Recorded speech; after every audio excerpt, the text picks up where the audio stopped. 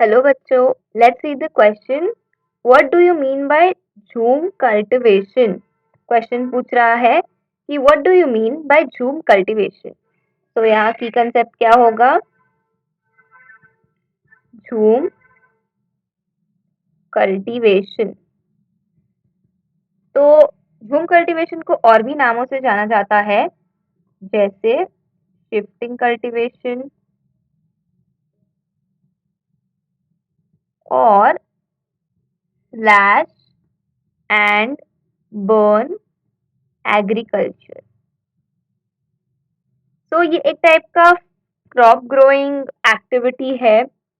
ये ज्यादातर north eastern states में पाया जाता है इंडिया के।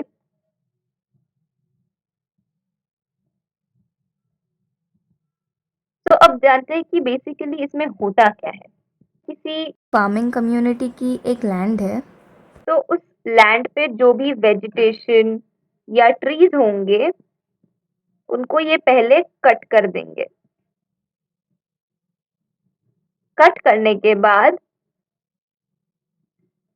उसे जला दिया जाता है, जो लैंड है उसे जला दिया जाता है। तो जलाने के बाद राख बचती है जिसे हम कहते हैं ऐश। और इस ऐश को हम यूज करते हैं एज फर्टिलाइजर्स, मतलब खाद की तरह। फिर उसके ऊपर सीड्स बिछाए जाते हैं एंड क्रॉप्स के उगने के बाद उसे हार्वेस्ट कर दिया जाता है और उसे कुछ समय के लिए, कुछ समय यानी कुछ सालों के लिए छोड़ दिया जाता है ताकि वो वापस रिकवर हो। और इस रिकवरी पीरियड में वो फार्मिंग कम्युनिटी दूसरे लैंड पे सेम प्रोसीजर रिपीट करती है। तो अब प्रॉब्लम क्या हो रही है कि धीरे धीरे पॉपुलेशन बढ़ रही है हमारी। तो बढ़ती पॉपुलेशन की वजह से जो एक लैंड है जिसको रिकवरी के लिए समझो कम से कम 20 साल लगते थे, अब उसे कम टाइम मिल रहा है रिकवरी के लिए, तो वो रिकवर हो नहीं पा रही है। उस वजह से वो जो जमीन है अब वो बंजर हो गई है और उस पर अब झाड़ नहीं उग पाते।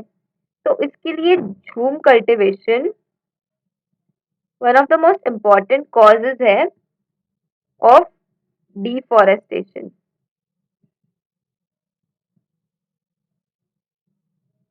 So hope you have understood Jhum cultivation well. Thank you and good luck.